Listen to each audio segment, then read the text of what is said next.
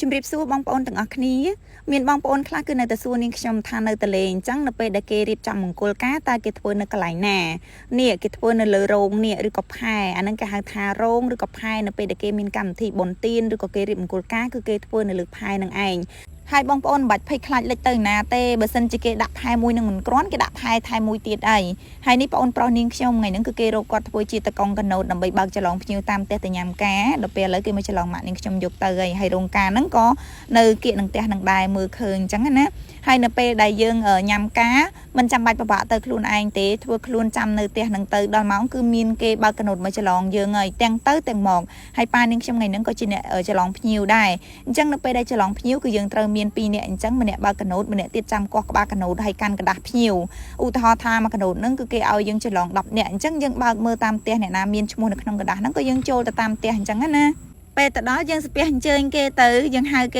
េអូបងដល់ម៉ោងញ៉ាំការហើយអ្នកខ្លះធ្វើខ្លួនមិនតាន់ហើយបងមួយថ្ងៃទៅច្រឡំអ្នកនេះអ្នកនោះមុនទៅខ្ញុំមិនតាន់ហើយទេឬក៏អ្នកខ្លះទៀតហ្នឹងគឺគាត់អត់បានទៅគាត់ដាក់ធៀបអញ្ចឹងផ្ញើធៀបតាមយើងមកវិញទៅហើយនោះរោងការគេនឹងគេបើកច្រឡំអញ្ចឹងឯងអ្នកនៅតលេថ្ងៃស៊ីគឺគេអត់ធ្វើពេលយប់ទេគេធ្វើតែពេលថ្ងៃទេតែធ្វើពេលយប់មិនកើតបើយើងបើកកណូតច្រឡំភ្ញៀវតាមផ្ទះហើយនៅតាមស្ទឹងហ្នឹងអត់មានបកគោលភ្លើងអីទៅបំភ្លឺអីឲ្យយើងច្រឡំភ្ញៀវស្រួលទេ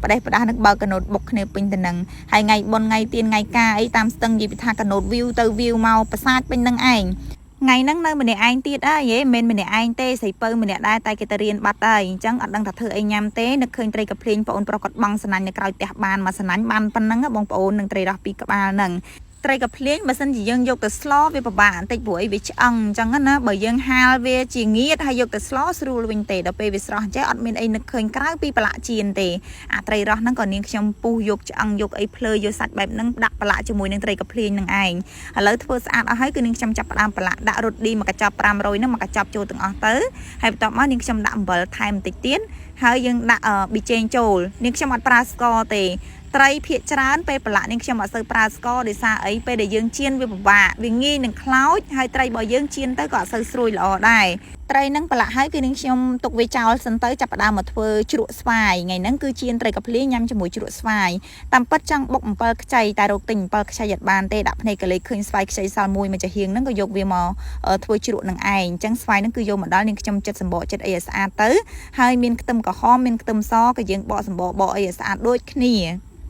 បន្ទាប់មកគឺនាងខ្ញុំលាងវាជាមួយនឹងទឹកស្អាត2ប៊ីទឹកអីអញ្ចឹងណាជាទូទៅរបស់ញ៉ាំឆៅអញ្ចឹងគឺនាងខ្ញុំអត់លាងជាមួយទឹកស្ទឹងទេដោយសារយើងអត់បានចំអិនវាម្ដងទៀតញ៉ាំទៅខាញ់លោឈឺពោះតែបើសិនជារបស់ណាដែលយើងយកវាទៅស្លអីហ្នឹងគឺនាងខ្ញុំលាងទឹកស្ទឹងហើយបាននាងខ្ញុំលាងទឹកស្អាតចុងក្រោយមកទឹកអីបានហើយបន្ទាប់ពីលាងស្វាយលាងអីស្អាតហើយគឺយើងយកវាមកឈូសបែបហ្នឹងបងប្អូនចង់ឈូសក៏បានចង់សាប់ក៏បានតាមចំណង់ចំណូលចិត្តតែនាងខ្ញុំមានប្រដាប់ឈូសវាអញ្ចឹងទៅវាស្រួលតោះមកចាប់ផ្ដើមពាក់ស្រោមដៃពីរទៅហើយយើងច្បាច់យកទឹកស្វាយនឹងចេញខ្លះព្រោះបើដាក់ទឹកអញ្ចឹងវាជូរខ្លាំងពេកហើយនាងខ្ញុំឆ្ងល់ថាច្បាច់មកសន្ទុះហើយមិនវាអត់ចេញទឹកភ្លេចគិតថាបើយើងអត់ដាក់អំបិលផងយើងទៅច្បាច់មកចេញទឹកទៅក៏នឹកឃើញដែរទៅយកអំបិលនឹងមកដាក់ចូលបន្តិចទៅ